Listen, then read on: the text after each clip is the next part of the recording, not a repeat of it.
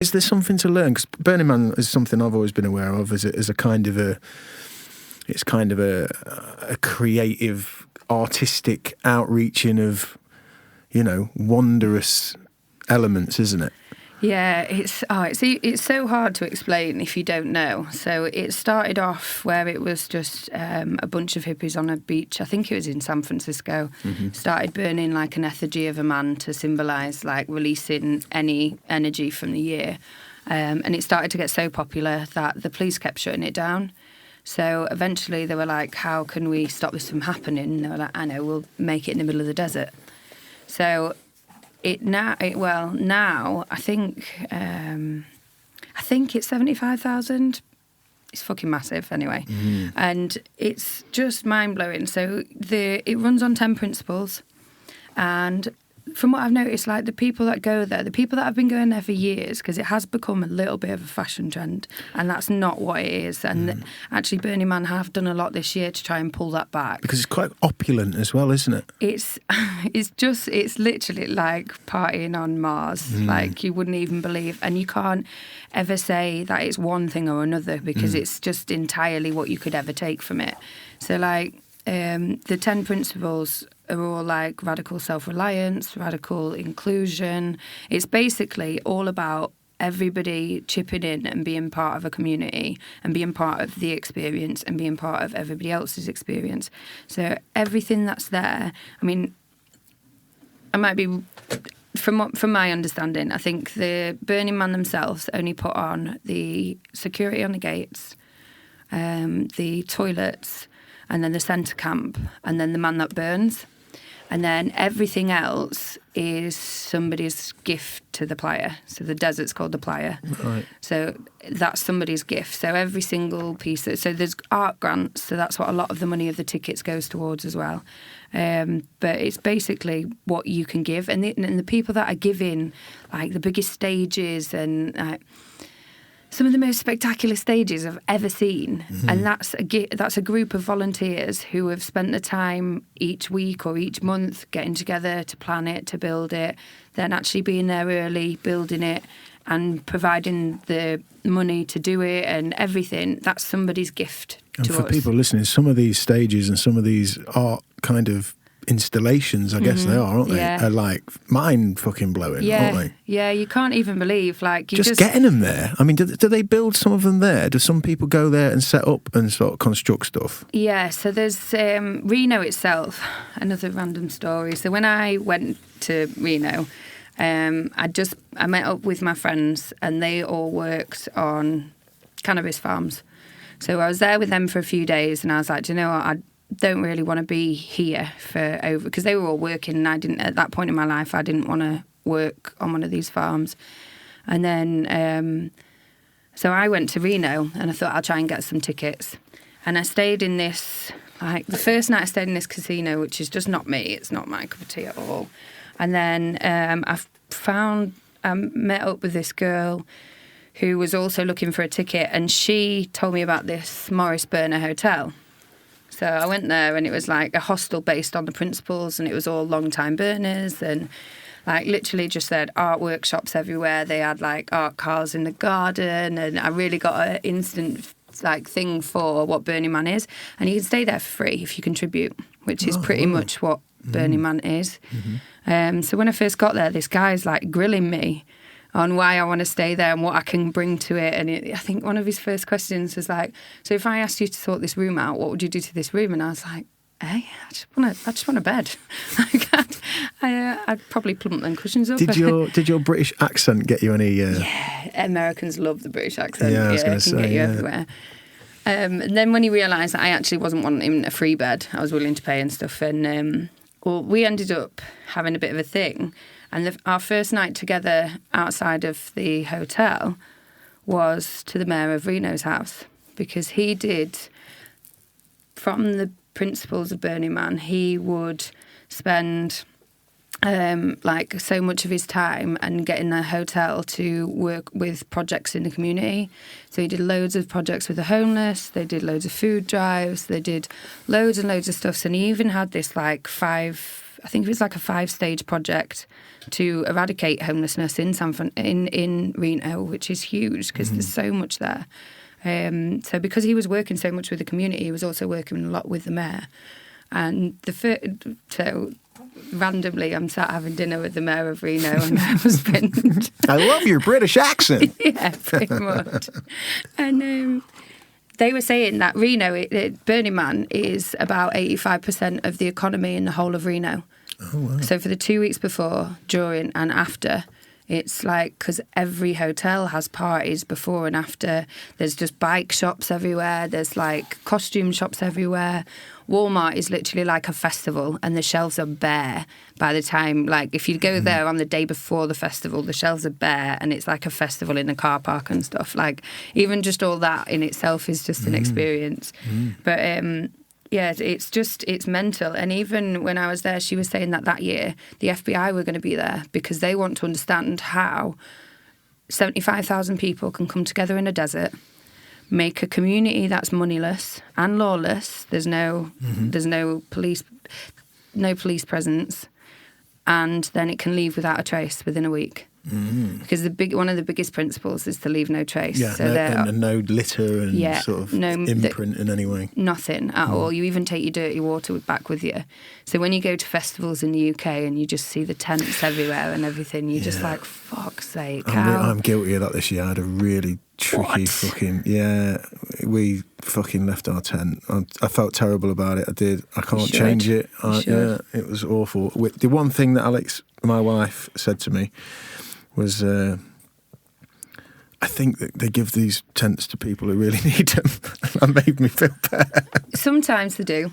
At some festivals, I felt guilty. I'm not dressing anything up. I felt fucking guilty, but we were up a big hill. It was pissing down. I had 3 babies, and it was like, this tent's just staying in. Where was you? We were in the lakes. We were up at Kendall Calling. Oh, yeah. Which was beautiful, but we were caught short. But I've learnt my lesson. I hope. Get a camper van. Yeah, definitely. But anyway, I intervened on your, on your much more glamorous Don't do it again. affair there. Yeah, well, so Burning Man, so it permeates right through the whole culture of the. So you said it's a couple of weeks before and after. So is the festival a week long? Strictly? It's a week long. Yeah. So the way it's laid out. Have you seen the overview of it? So it's like a clock. Yeah. So it has like from 1 o'clock to 1 o'clock. Right back to G, I think, is all camps. So they're the camps of the people like me or anybody else who's gifting a camp. And they're the most random camps you can ever begin to imagine. And then the rest of it's called the Deep Playa, and the Deep Playa is art installations all over. So you ride around on your bikes. And you mentioned bikes earlier, bike shops. Everyone's jetting around on push bikes. And that's one of the best things. So like Glastonbury, I love it, but everything's a mission. If you forget something in your tent, it's 2.5 hour walk sometimes to go back and get it. Then you get it, and like to try and find your mates after you've been gone 2.5 hours, or and it's just. So I went again last year. I said it was too big for me, and then I went again last year. What, Glastonbury? And then it is. It's too much effort. Whereas Burning Man's probably just as big. But because you're zipping around on your bike all the time... Is it more space then? I'm guessing there's got to be more space. Yeah. One of the things I do see, because I used a bit of Burning Man footage in a music project I was doing. I did some visuals for one of the tracks, Synchronizer, and I used some Burning Man footage, which was really cool. It was people like filming on bikes, riding past other bikes. But the one thing I got from it was the masks and the sand, because I think the sand's blowing around the dust and stuff. So are people like riding bikes and then like getting off that bike and then getting on this bike because where is my bike? And someone else. Well, you meant to stick to your own bike, but like people pick up other people's bikes, definitely. That's why you try and decorate them so they look like yours. I lost a bike on my second time, I think. Right. And it just becomes annoying because then everything becomes a mission again. Yeah. But then there's like orange bikes, which are gifted bikes. So if you see an orange bike, anyone can pick them up and take them. Oh, okay. So they're pretty good. And what are people? Because this festival is also famed for its psychedelic angles. Yeah. So I'm imagining people riding push bikes, in a psychedelic manner. Well, I was just about to wonder how much I could really say. But Let's all go. when you were talking about the dust storms and everything. Yeah.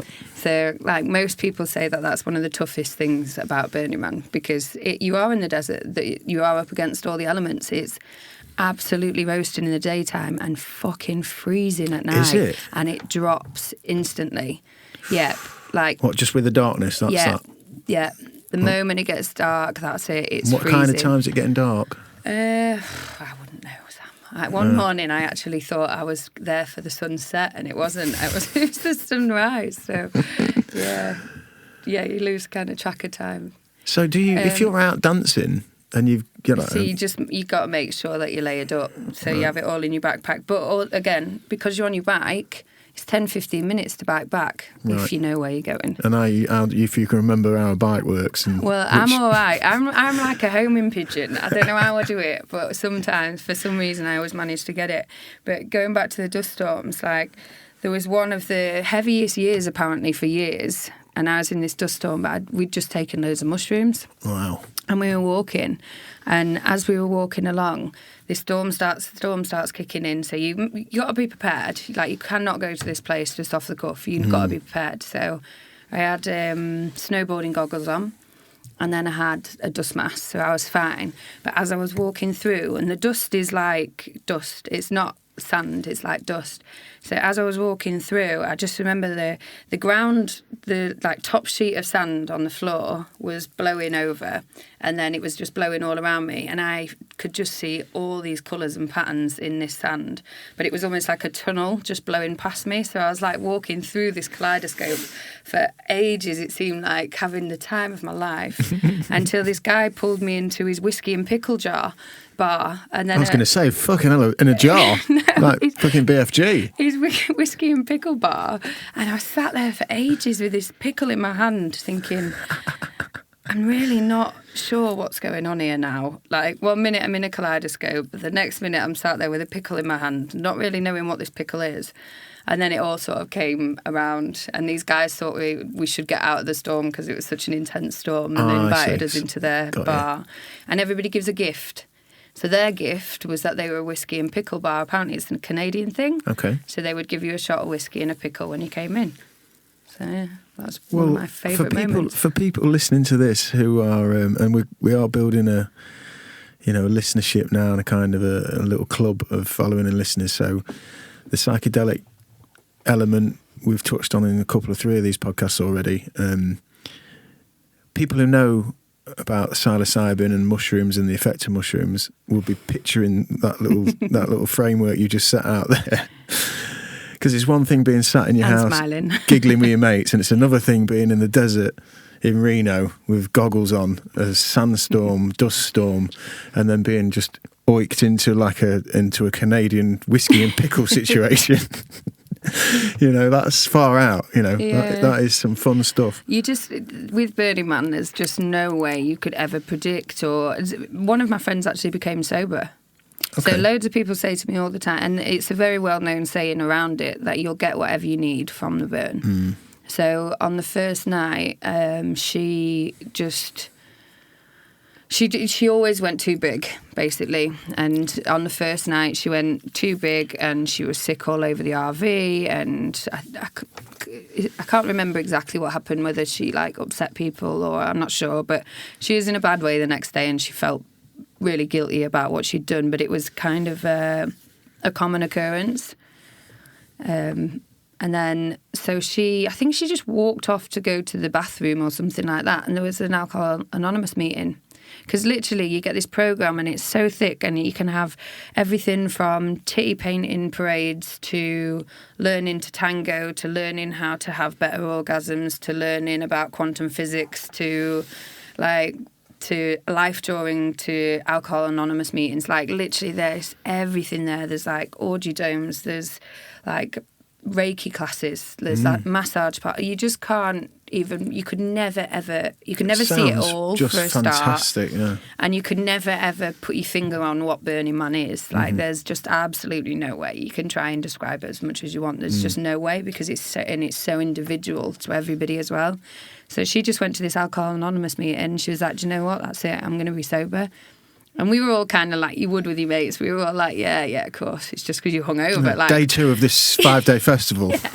I'm always never drinking again the day after drinking. Yeah, I think everybody is, aren't they? Yeah, and then when she said, no, if I can do this burn without anything, and she's been going for about 7 or 8 years at this point, wow, then I can do anything without it. And she didn't. And to this day now, still hasn't taken anything. And she's a better person for it, I guess. Yeah, she's married. She's like... Yeah, she's married to an Indian guy and like lived in India for ages, and she's super happy, really healthy, and she glows. That's awesome. Yeah. So when you say everybody gets what they need from Burning Man, I'm envisaging that's like the intensity of the experience, whether you're using psychedelics or whatever, just the whole, as you've painted, a picture that even you say is you can't even begin to put it into some kind of, it's something that I would love to experience. I would love to experience it. It looks hard work when I see the goggles and the masks and the dust and the, and I think about 5 days of, but then it just sounds magical. It does sound magical. When you put your goggles and your masks on, you kind of feel like a badass warrior as well. Because there is a kind of look. It's like space ravers. Yeah. I mean, anything goes. And do you know what really pisses me off, actually? Okay. Is the whole fashion craze of Burning Man. The fact that I've had people say to me, I'm not pretty enough to go to Burning Man. And that is absolutely fucking ridiculous, because that is so far from what it is. But...